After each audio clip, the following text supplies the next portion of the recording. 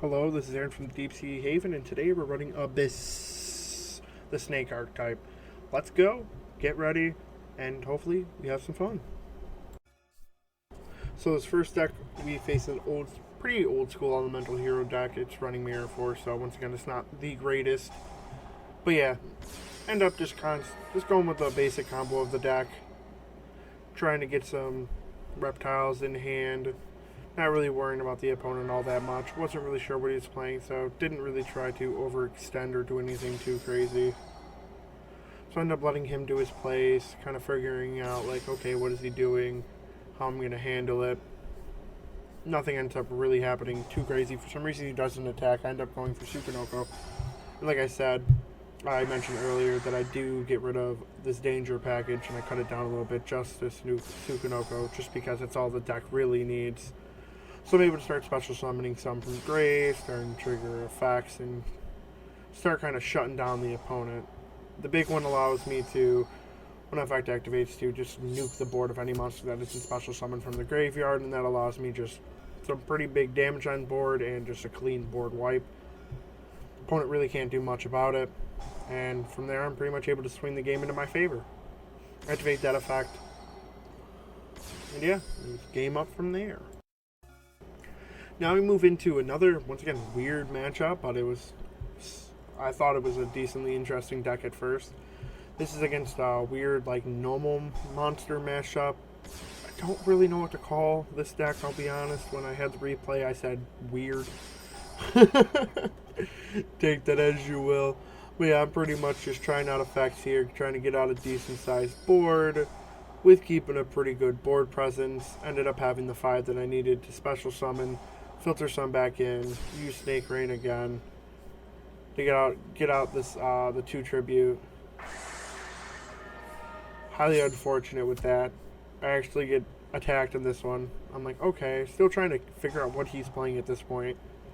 Not sure at all. Use that one to mill it into grave. To special summon this one. To special summon the dark attribute one to get out the field spell. Getting rid of the dark attribute one to filter back into more from the grave, the banish pile. And just once again rebuilding that same board I had last turn, but still having those in graveyard for my next turn to rebuild it if it's necessary. Ended up being necessary once again to have to rebuild that same board. But this time I don't have to go for the field spell when I special summon the dark reptile, so that's nice.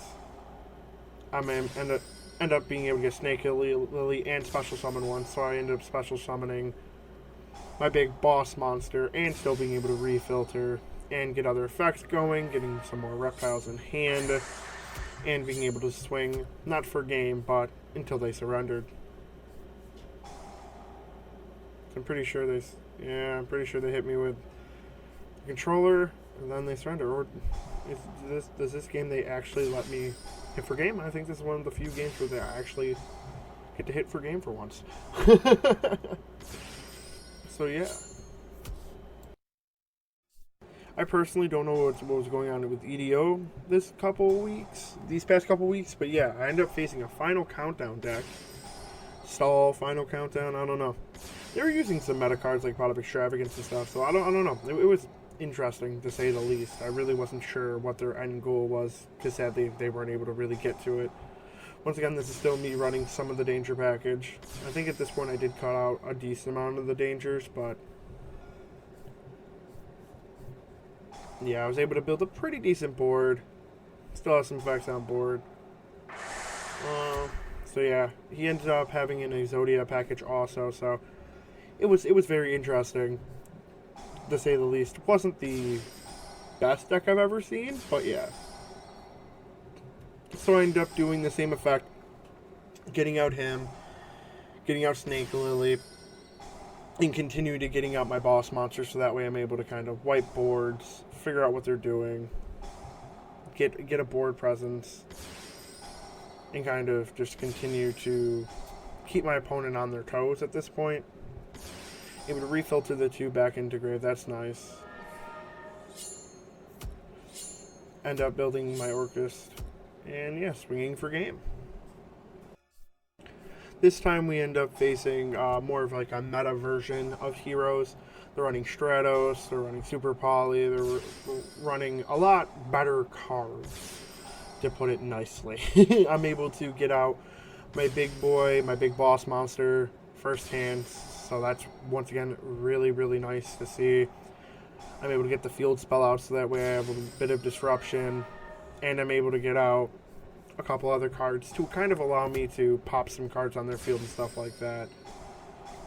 End up seeing the Cosmic Cyclone in hand, but they ended up discarding it, so that was decently surprising to me. I thought that possibly they were going to banish my field spell, but that would bring them down to 3,000, so that wouldn't have put them in the most advantageous position. But in my personal opinion, life points don't matter until it's your last life point.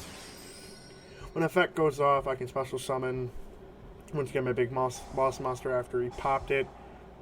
So that once again allows me for my big boss monster to have the effect to pop the cards on board. So sadly, I stop his plays right in their tracks, but he's still able to climb, get another fusion out, and continue to try to break my board. He ends up getting over my big boss monster, but doesn't end up reading my field spell, so I'm able to pop the monster that doesn't attack and still allow me to net more advantage. I'm able to continue to discard more cards, build up my board presence again, get my 2 banished cards, pop more, and just continue to play my grind game that I'm already doing quite well at this point. He's able to stop a little bit of plays, but I'm still able to get enough on board to halt him and also get another search off and just pretty much have a strong enough hand to where I'm completely okay if he didn't surrender. And this one I end up facing a Drytron deck. Not a bad little deck, but I was able to get out a pretty good first turn hand for this deck. Pretty strong field, nothing too crazy, but enough to allow me to play with some pretty good assets on the board. Able to get out some more plays than I expected, to be honest. With still having more combo plays for next turn. He ends up getting me for the fact of the Harpy's Feather Duster. So that's a little bit unfortunate there. But it's completely okay. Tis to kind of be expected. Ends up hitting me with Cerberus. And I'm like, okay, so I'm facing a Drytron deck. Let's see kind of how this goes. How am I going to handle like the following plays? End up using Sukanoko just for the free special summon to kind of start building a board presence and stuff like that. Able to drop Snake Rain once again. I'm at Snake Lily. Really nice card. It's so nice that it's searchable. That's the best part about the card, is it's searchable. Anytime you have really good card effect, really good spell card, and it's searchable by the deck, it just makes the utility of it 1,000 times better. So at this point, once again, I'm trying to build up my board. I get Snake Lily once again, and just continuously trying to make a very strong board presence and continue to build advantage on my board. It's also really nice. So I decided to add this one to hand. He's not terrible to have in hand for the fact of his hand effect, but I decided just to normal summon him, get a little bit more damage in case he had a Gate. This one was quite interesting. I ended up facing a Dino player. They're a Lost World Dino player, so if I remember correctly, I'm pretty sure that's not the best version of the deck, so technically I can't say that I faced the best version of Dinos, unfortunately, but I did face one that I think had potential and definitely understood the place that they were trying to go for. End up still having a Lure of Darkness in hand, Monster Reborn, and 3 Tactician Talents, so once again, not a horrible card to have in hand, especially against a deck that, from my guesstimation, is going to have effects that are going to go off on my turn. So I was definitely feeling quite good about this. I'm like, okay, not in the best position at the moment, but I definitely feel like I can end up winning this match. As long as I draw the cards that I need to and I play the way I need to, I'm pretty sure I could out this. So at this point, he's going through his combos, using scraps. I don't know. Definitely my personal opinion, not the meta version. At least I don't think so. I don't keep track of dinos enough to know if this is a good variant. So if it is, good for him. Pretty okay board. Having Appaloosa, he ends up dropping Last Ride and Ultimate Conductor. I was like, okay, Ultimate Conductor effect is quite good, to be honest. Especially what he can do. So I end up flipping my monster using 3 tactitional talents to steal his monster. So that way, at this point, I'm in a very strong position, to say the least. Especially as I'm able to attack through all of his monsters with his own monster and swing the game. So that was also very nice. Today we'll be looking at the Abhyss archetype. I thought this deck was really cool. Haven't seen really a lot on YouTube and stuff like that. A lot of at least deck profiles and stuff on it. So I thought, why not get this one a try? I'm running some weird things, some interesting things. I'm only running one card that's an OCG exclusive right now, but it should be coming out soon for the TCG. So you pretty much can just run another copy of this instead of running the Link 3, because you want to make sure you can keep on those reptiles on the board, so that way you're able to continue to do things that you need to do. So to start off quickly, you run one of the big boss monster. I would attempt to do these, but I'm going to just...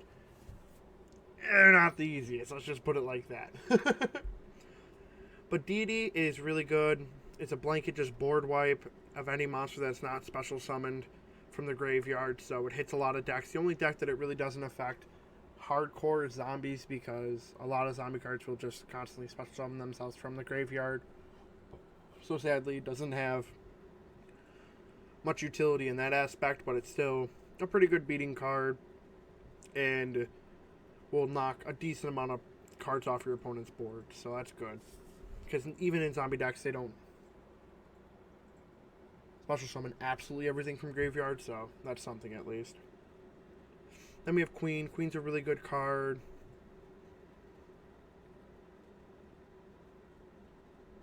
Allows you to special summon one. Just really clean any of them, because they're all dark and light in this deck. You could run a Twilight Engine in it. I tried it. Not my cup of tea. I'm running a pretty hard deck with a lot of spells, to be honest. A little bit lacking on the monster side, but you'll see kind of why I run it like that in the replays and kind of why I break it down.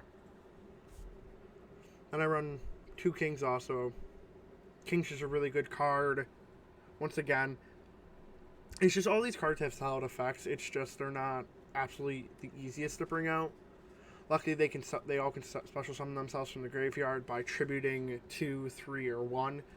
These all right here are... these 2 are 2 tributes. This is 3 tributes.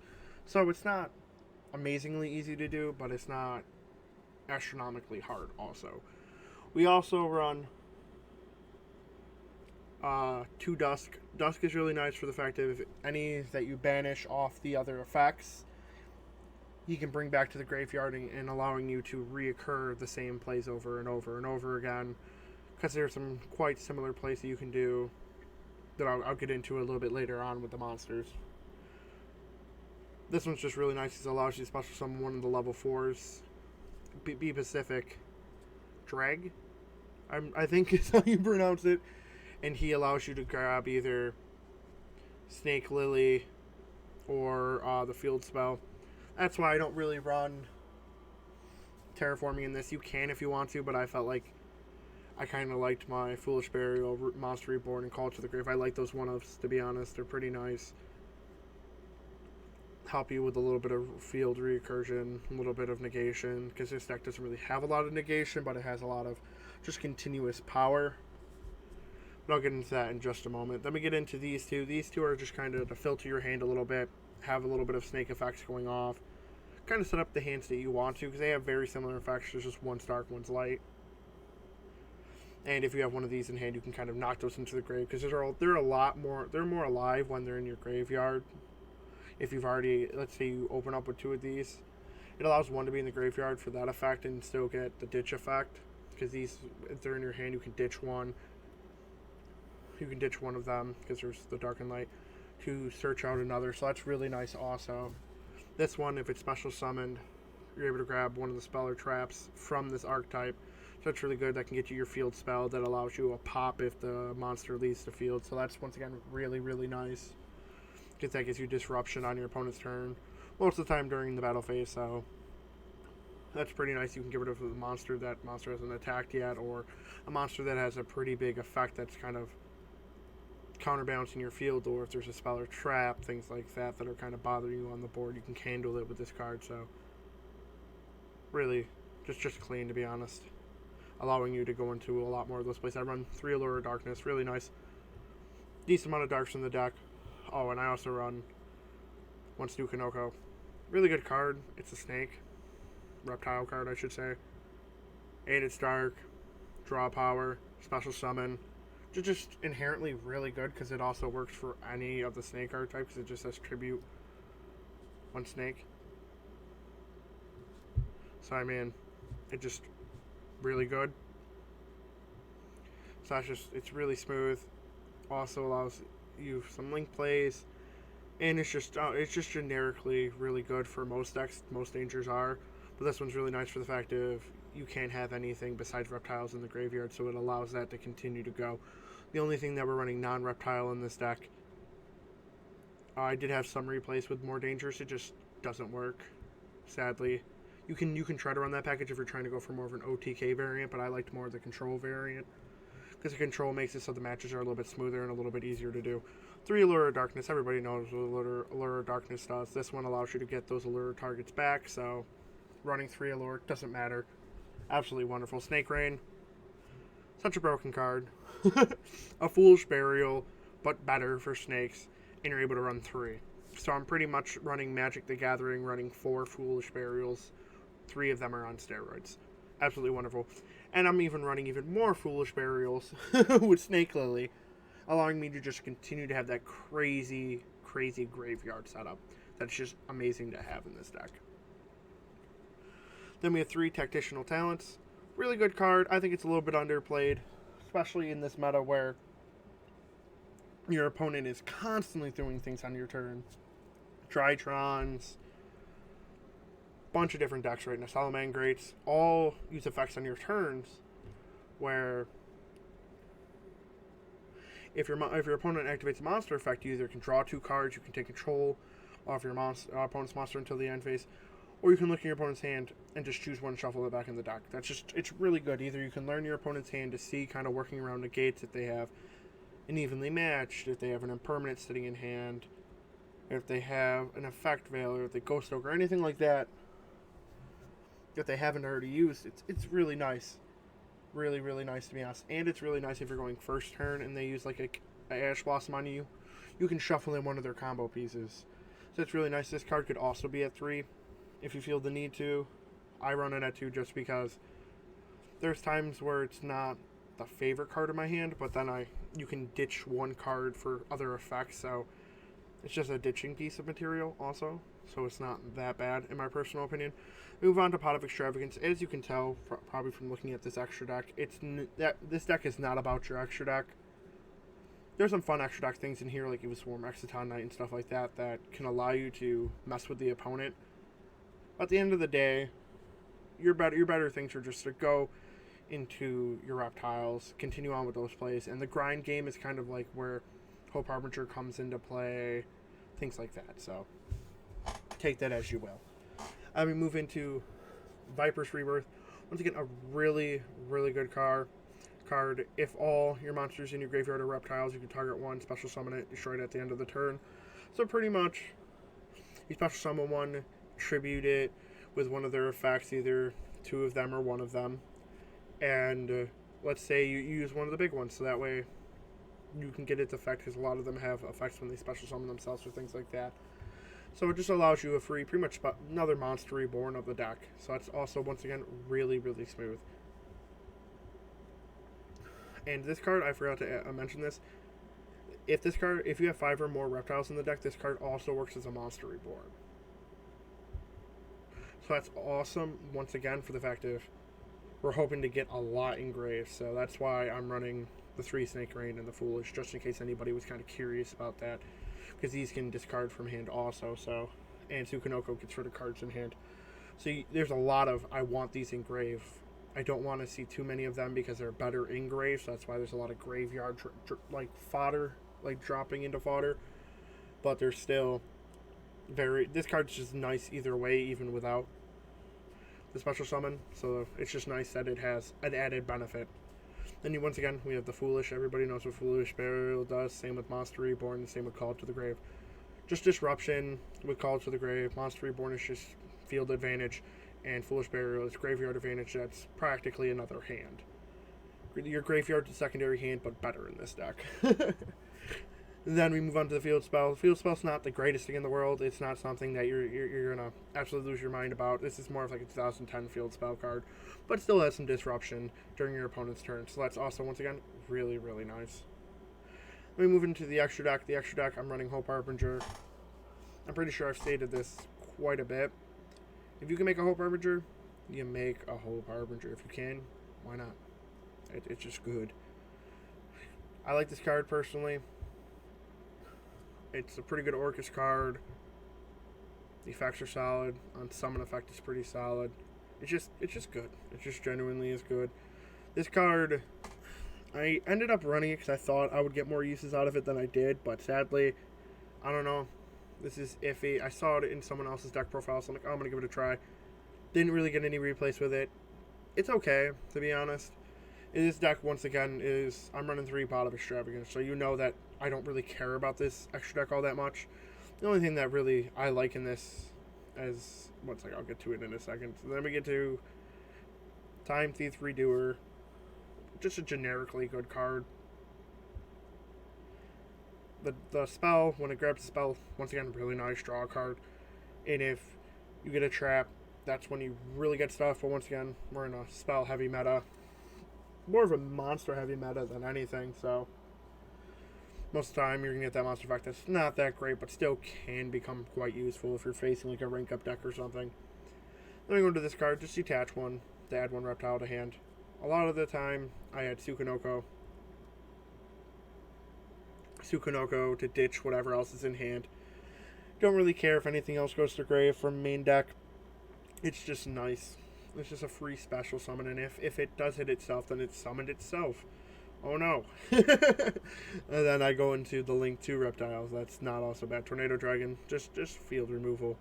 Exciton Knight, massive monster removal that can happen multiple times a turn. But once again, not really dying to get it out all the time. Not really that important. It's there because it's nice to have options, but the end goal is pretty simple with this deck, and when you reach it is when you reach it. You're not usually crawling. It's either a landslide victory or a landslide loss with this deck. It's not the best deck I've ever put out, but I think it's probably one of the most fun decks that I've put out. So, yeah, take it with a grain of salt. I think you can maybe make something better, but I think this is probably the most consistent this deck will be. So, once again, take it with a grain of salt. I run this card for the fact that this one drops the counters, this one puts in defense position and negates the effect, so that's once again really, really nice for this little combo. But once again, you have to get a Link 2 out to go into a Link 3, but if you're able to discard, because this card allows you to discard, use its effect, put counters on, and then able to have one more monster go into this one, then use its effect to put in defense and negate, that's pretty much the best play. And you get a significant little boost in attack, because a lot of the small ones don't have the greatest attack in the world, so it is a little bit more damage. Just when I run a 3, not great. I can't name a single time in any of the replays where this card came in handy. But once again, it's a reptile. It's more comfortable for it to go into the graveyard than a lot of these other cards in this extra deck. Genuinely. Because right now we're rocking a decent amount of what I'm comfortable with. 7 cards of the extra deck are reptile, just because you need them reptiles. You definitely need those reptiles, and you definitely prefer to stay in that lane of reptiles with this deck. Then I'm running Royal Decree just for the fact of those decks that do hit you with those heavy traps, like Altergeist and stuff like that. I've gone into matches with them, Tropical Decree 1, but a lot of those matches are really grindy and not really entertaining to watch, so I didn't keep any of the replays. There can only be one. So, same type comes into handy in this deck quite a bit. Pretty self-explanatory on why you would run there can only be one. Evenly matched for the fact of a lot of the time when I build boards, I usually have one monster or two at most. And for going second to just break those boards, then build a board that can have disruption and stuff. So that's really nice. Twin Twisters for those mystical mines, Altergeist, things like that. You just don't want them to have their back row. Just get rid of it. And I also run Droll and Lock, which is inherently good disruption on your opponent. This card is probably the most iffy in the extra deck. If you want to, you can run in Perm, because it doesn't really affect the reptile engine in your deck. So take that a little bit if you wanted to. I pretty much just got rid of Viper's Rebirth for it, for the fact of it just becomes a dead card and allows you to go into your other XCs. So maybe you can kind of mess with your opponent that you're not really needing just reptile types. So yeah, that's the only time it really came in handy. So yeah, this is the deck. I think it's pretty interesting. A pretty good just board wipe, hit for game, good to go. If you like the Danger Engine one a little bit more, I can understand that. I have replays of both, so you guys can kind of check out both. Pretty self-explanatory what you would take out of this version to the Danger version, because I play through with the deck I think in 2 or 3 replays, so you guys kind of can get the gist of what you would take out. So if you do like the video, make sure you leave a like, comment, even possibly subscribe. That would be absolutely amazing. Or if you want to, just tell a friend. It genuinely helps just telling somebody else about these videos if you're already subscribed, so that way they can maybe like the content, and if they do, maybe you guys can come up with some other deck ideas, play with each other, because Yu-Gi-Oh's a community, so we all got to be in there together. But this is Aaron from the Deep Sea Episode. Peace, and thank you for watching.